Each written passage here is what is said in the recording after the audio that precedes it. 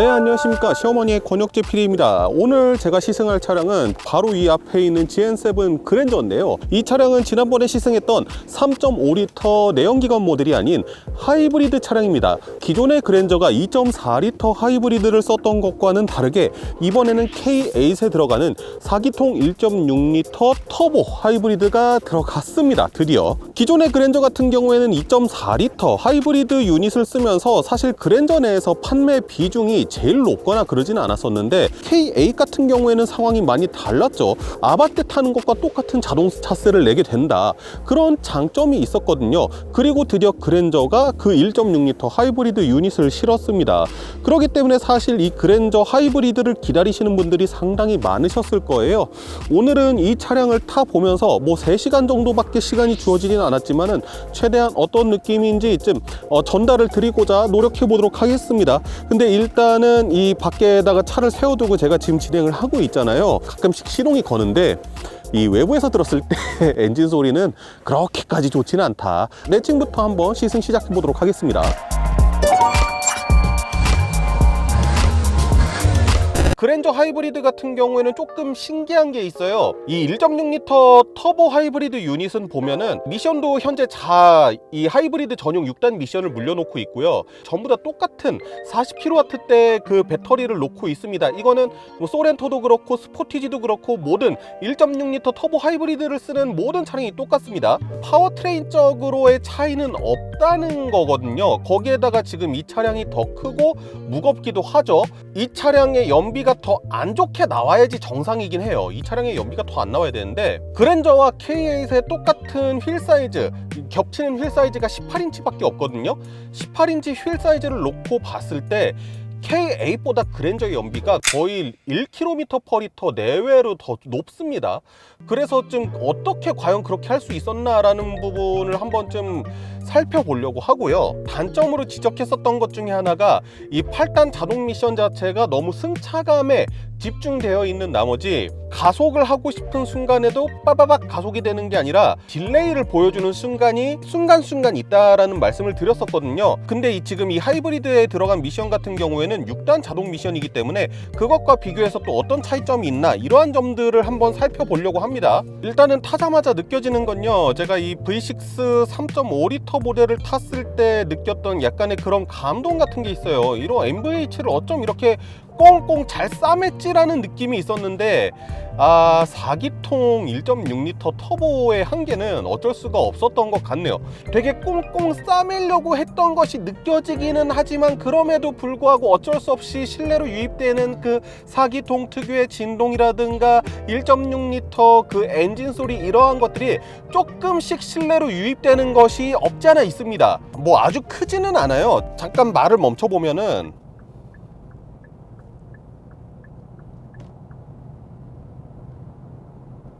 여전히 상당히 조용하고요. 어느 정도 속도가 붙은 상태에서 크루징을 하면은 엔진 소리라든가 이런 것들이 실내로 유입되지 않습니다. 그리고 트립 컴퓨터는 리셋을 좀 시키도록 하겠습니다. 지금 시속 90km로 주행 중인데 발로 약간 좀 크루징을 하면서 가고 있으니까 전기 모드로 가고 있는 것을 확인하실 수 있을 거예요. 신기하다고 해야 될까요? 저는 지금 여태까지 EV 모드에서 내연기관이 전환되고 이러한 것들을 한 번도 눈치채지 못했어요. 한 번도. 지금도 EV 모드로 전환된 거 계기판 보고 알았거든요. 제가 여태까지 뭐 다른 이런 전환들이 워낙에 매끄러운 차량들 타보면은 거의 알아차리기 힘들다, 온갖 신경을 곤두서야지 알아차릴 수 있다, 이런 말씀 드렸는데 지금 이 차량은 전환을 알아차릴 수가 없어요. 신경을 완전 곤두세우고 느껴볼게요. 계기판 안 볼게요. 몰라요. 알 수가 없어요. 그러니까 상당히 이 4기통 엔진을 부드럽게 잘 세팅했다 라고 볼 수 있는 거죠. 물론 이 저속 상황에서는 어쩔 수 없이 주변의 소음이 현저하게 적기 때문에 이 실내로 들어오는 소음 자체가 좀 크게 느껴질 수는 있지만은 무슨 준대형 세단에 NVH가 있다구야 라고 생각할 정도의 NVH는 아니다 라고 말씀을 드릴 수가 있는 거예요. 그러니까 이 차량도 약간 그 스포티지 하이브리드의 약간 그런 느낌이 있어요. 내연기관의 느낌을 아예 절단을 해놨어. 그리고 지금 보시면은 차량이 제법 많은 터널 아니에요. 카메라 부착을 위해서 이 썬루프 차양막도 벗겨놨고, 그러다 보니까 이 외부에서 들어오는 소음이라든가 이러한 것들이 좀 많이 유입이 될 뻔한데, 저 맨 뒤에 유리창만 제외하고는 전부 다 이중 접합 유리를 쓰고 있기 때문에 이러한 부분에 있어서 진짜 이 차량이 NVH에 신경을 되게 많이 쓴 차량이다 라는 것은 느껴져요. 엑셀을 밟아 보면은 3000rpm에서 이 정도 NVH면은 진짜 틀어 막았다, 틀어 막은 NVH다. 물론 이 4기 통이기에 어쩔 수 없이 발생하는 엔진 소음과 진동은 없다고 하면 거짓말이지만은 4기통 2.5리터 모델을 타도 사실 급가속하면 이 정도 소음이라든가 진동은 올라올 거거든요. 이게 싫다라고 하시면은 진짜 V6 3.5를 선택하시는 게 최선의 방법이죠. 급격한 가속 상황이라든가 이럴 때는 3.5리터보다 하이브리드 유닛이 훨씬 부드러운 것 같아요. 왜냐하면은 3.5리터 모델 같은 경우엔 제가 전에도 말씀드렸지만 이 부드러운 느낌을 위해서 미션이 변속되는데 킥다운 하는 데 있어서 약간의 딜레이가 있다라고 말씀을 드렸잖아요. 그렇기 때문에 물론 부드러운 느낌을 내주지만은 좀 뭔가 인위적인 느낌이 있었는데, 이 하이브리드 1.6리터 모델 같은 경우엔 6단 자동 변속기밖에 안 쓰기 때문에 기존의 3.5리터에서 8단 자동 변속기를 썼을 때는 킥다운을 했을 때 2개 단수가 내려가야 된단 말이에요. 그렇기 때문에 좀 이런 딜레이도 있고 내가 원하는 느낌대로 안 간 것도 있는데, 얘는 6단 자동 변속기이기 때문에 한 단만 킥다운을 하면 되는 거예요. 1300rpm인데 여기서 좀만 깊게 밟아볼게요. 물론 딜레이가 없지 않아 있긴 있습니다. 없지 않아 있긴 한데, 그 8단 변속기에서 2계단이 내려가는 걸 기다리는 것보다 6단 변속기에서 얘 한 단 내려가는 거 기다리는 게 훨씬 빠르기 때문에 운전자가 원하고자 하는 바를 조금 더 빠르게 이뤄주는 느낌이 있습니다. 그리고 저속에서의 토크감이나 이런 것들이 어느 정도 괜찮게 충분히 잘 살아있기 때문에 웬만큼 추월하겠다 그런 추월 가속이 아니라면은 사실 기어가 내려갈 일이 그렇게 많지 않아요. 저속 토크가 상당히 괜찮은 편이어서 미션이 변속되는 느낌 자체가 상당히 부드러워요. 8단 자동 변속기에 비해서 이 변속되는 느낌이 얘가 더 부드러운 것 같아요.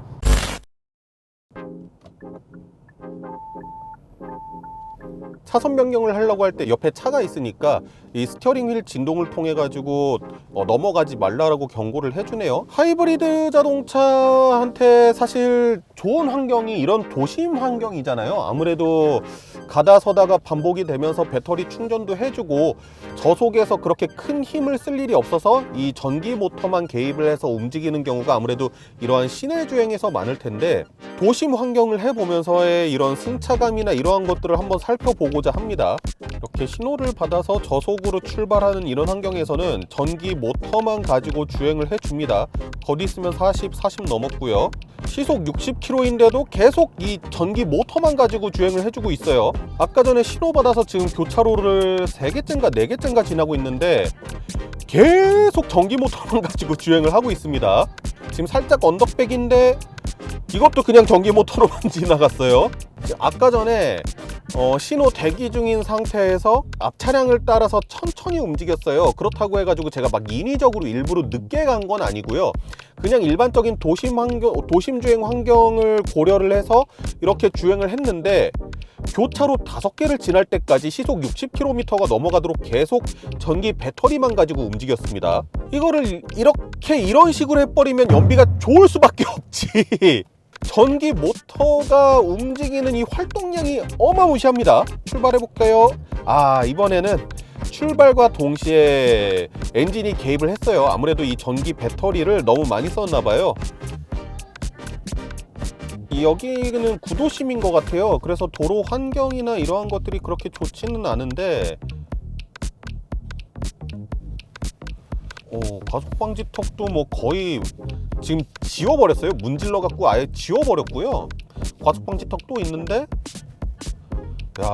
아예 문질러서 지워버렸어. 지우개로 지운 것처럼 쓱쓱 지워버렸어요. 과속방지턱을 지우는 걸 보면은 이 차량 프리뷰 전자제어 서스펜션이 달려있다고 말씀드렸잖아요. 과속방지턱은 이렇게 색깔로 표시가 돼 있으니까 딱 이 카메라에서 인식을 했을 때 과속방지턱이다 이렇게 인식을 할 거 아니에요. 상당히 부드럽게 잘 닦고 넘어가는데, 이런 포트홀이라든가 아니면은 맨홀 뚜껑 같은 거 있는 데에서는 그 느낌을 운전자한테 잘 전달을 해주거든요, 또 정보를. 그런 것들을 보면은 프리뷰 전자제어 서스펜션이 뭔가 역할이 생각보다 큰가라는 생각을 조금은 하게 되는 것도 있는 것 같아요.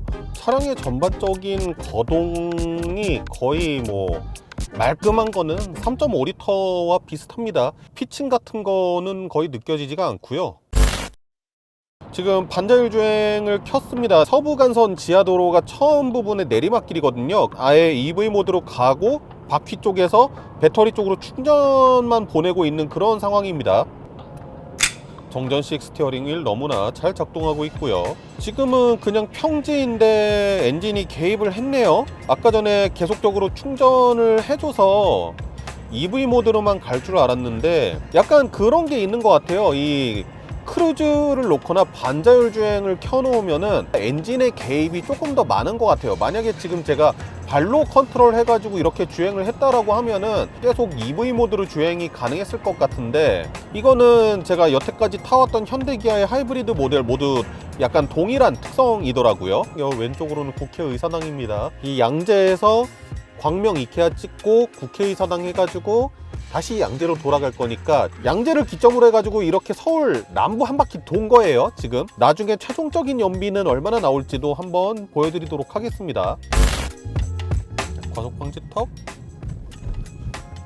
이 정도면은 괜찮지. 여의도 쪽에 과속 방지턱이 조금 무식해요. 네, 여기도 보면은 엄청 무식한데, 특히 뒷열의 서스펜션 세팅을 상당히 수준급으로 해놔서 2열에 탑승해 계신 분이 상당히 만족해 하실 것 같은 승차감을 보여줍니다. 그랜저는 어느 정도의 이 쇼퍼 드리븐으로서의 역할도 좀 생각을 하고 제작을 했다라는 게 느껴져요. 이 정도면은 상당히 부드러우면서도 깔끔한 그런 느낌을 보여줍니다.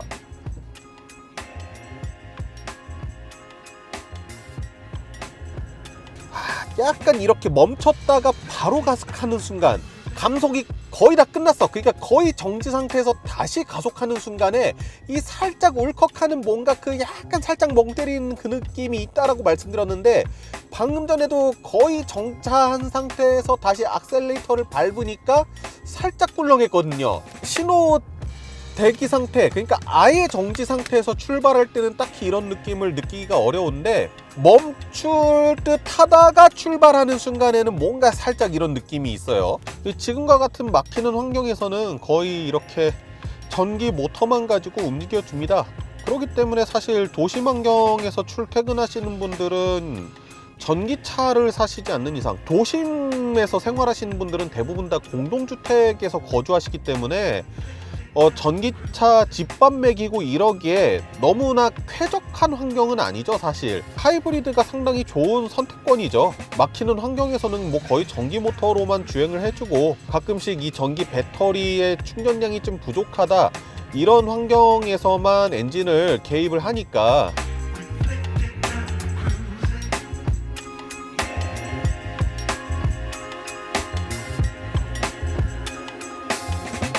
이 정차 상태에서 신호 대기 중이라든가 막히는 환경에서 발전을 위해서 엔진이 돌아갈 때, 이때 당시에 RPM이 한 1400rpm 이때쯤이란 말이죠. 이때의 진동이 비교적 크게 들어와요. 비교적 크게 느껴지는 게 있어요. 엔진의 소리라든가 진동이라든가 이러한 것들이 아무래도 이 4기통 1600cc의 한계라는 게 있기 때문에 사실 그렇게 맑고 청한 소리는 아니란 말이죠. 이 먹고 살기 위해서 내는 소리이기 때문에 이 부분이 좀 유일하게 여태까지 그랜저를 타면서 단점 중에서 좀 다이렉트하게 느껴질 아쉬움일 것 같아요. 특히나 6천만 원짜리 차를 산다라는 가정하에서는 좀 많이 아쉬울 수 있는 부분이다. 방금 전에도 오르막길에서 이렇게 가속하려고 딱 했을 때 뭔가 울컥하는 느낌이 있었거든요. 이게 왜 이렇게 발생하는지 정확하게는 모르겠는데 살짝 단점 중에 하나라고 말씀을 드릴 수 있을 것 같아요. 오늘 한 3시간 동안 주행을 하면서 한 4번 정도 경험을 했거든요. 이렇게 양재에 도착을 했습니다. 그래서 저희가 양재에서 출발을 해서 광명 이케아를 찍고 여의도에 있는 국회의사당을 찍고 올림픽대로를 타고 양재까지 다시 온 거니까 양재를 중심으로 해서 이렇게 서울 남쪽의 반을 이렇게 크게 돈 건데, 그럴 동안에 연비는 얼마나 나왔을까? 고속도로 들어가서야 리셋을 했거든요. 그거를 감안해 주시고 보시면은 총 주행거리는 55.1km를 주행을 했습니다. 걸린 시간은 2시간이었으니까 좀 서울 시내에서 막히는 그런 환경에 있었다라고 말씀을 드릴 수 있겠죠. 그래가지고 현재까지의 연비는 총 17.2km/L가 나왔습니다. 서부 간선도로 나오고 했을 때만 해도 좀 그래도 비교적 소통이 좋았었잖아요. 그때는 19.5km/L를 가리키고 있었거든요, 연비가. 근데 올림픽대로에서부터 이제 길이 좀 많이 막히기 시작했죠.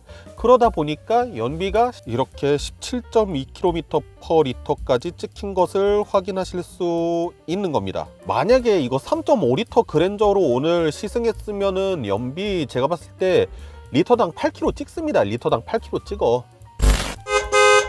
그랜저 하이브리드를 3시간 동안 주행을 해봤습니다. 어느 정도는 소통이 조금 원활한 간선도로랑 고속도로를 주행을 했었고, 그 외에는 상당히 막히는 우리가 서울 시내에서 많이 볼 수 있는 그러한 환경에서 주행을 했습니다. 확실히 1.6L 터보 기반의 이 하이브리드 유닛을 타보면은 출력이나 이러한 것도 부족하지 않지만 연비 역시 상당히 좋은 모습들을 보여주는, 그래서 약간 믿음의 유닛이라고 말씀드릴 수 있는데, 이거 올 겨울에 이제 엔진오일 증가 이슈는 한번 살펴봐야 될 것 같습니다. 과연 어떻게 될지. K8에서 그랜저로 넘어오면서 희한하게도 연비가 좋아졌어요. 그만큼 연비 위주로 조금 더 세팅을 했다라고 볼 수 있을 것 같은데, 엔진에서 전기 모터로 개입되는 그 순간을 운전자가 전혀 알아차릴 수 없게끔 세팅을 해놓은 상당히 좀 농익은 그러한 기술을 선보이기도 했습니다. 그래서 특히 NVH 쪽 부분은 3.5L 모델에서도 말씀을 드렸다시피 상당히 정숙한 모습 보이고 있어서 준대형 세단으로서의 뭔가 자기 역할을 충실하게 해내려는 느낌은 있습니다. 다만 조금 마음에 걸리는 게 있다라고 하면 이 차량의 가격이 풀옵션하고 막 그러면 6천만 원이 넘어가서 사실 제네시스 G80을 좀 내다볼 수 있는 가격대까지 오르다 보니까 좀 포지션이 좀 애매하게 낀 것 같아요. 1.6L 하이브리드 기반의 준대형 세단을 살 거면은 사실 이 차량 가장 낮은 트림에다가 옵션 몇 개 더 할 돈이면 K8의 하이브리드 제일 높은 트림을 구매할 수가 있거든요. 그러다 보니까 포지션 자체가 조금 아예 저렴하게 갈 거면은 K8을 구매할 것 같고, 아니면은 조금 더 비싸게 구매를 할 거면은 아예 G80으로 빠질 것 같은 그러한 애매한 느낌이 없지 않아 있다 라는 게 있는데, 근데 그렇다고 해서 이 차량을 뭐 제값을 다 지불하고 산다고 해도 차량이 워낙에 괜찮기 때문에 후회는 절대 안 하실 것 같다라는 생각은 있지만, 구매할 때 조금 망설여지게 하는 이 높은 가격대가 조금 걸림돌은 될 수 있겠다. 이 3.5L 모델도 타보고 하이브리드 모델도 타봤지만 글쎄요, 저는 돈이 충분히 많고 이 차량의 유지비를 많이 내실 자신이 있고 뭐 기름값 그거 별로 안 아깝다라고 하시는 분은 사실 이 급에는 V6 3.5L로 가는 게 맞는 것 같고요. 그랜저를 타고 싶지만 그래도 유지비라든가 이런 거는 조금 절감하고 싶다, 차값이 조금 비싸더라도 내가 할부금을 좀 더 내는 한이 있더라도 유지비적인 측면에서 조금 아끼고 싶다라고 하신 분은 하이브리드로 가는 게 맞는 것 같습니다. 두 번째 타보는 거고 뭐 타보는 시간 다 합해보면 한 5시간 정도 타본 것 같은데, 타면 탈수록 참 괜찮은 차 같아요. 좋은 차 같고, 승차감이 과속방지턱을 진짜 이렇게 잘 넘는 차가 있을 수 있구나 라는 느낌이 들 정도로 세팅이 정말 괜찮은 차량이다. 이 차량 얘기하다 보니까 G80에 대한 이야기를 자꾸 하게 되더라고요. 그래서 제네시스 G80을 섭외를 했습니다. 이거 시승기로 또 찾아뵐 수 있도록 하겠습니다. 네, 지금까지 저는 시어머니의 권혁재필이었고요. 앞으로도 자동차 관련된 재미있는 소식, 알찬 소식들로 찾아뵙도록 하겠습니다. 감사합니다.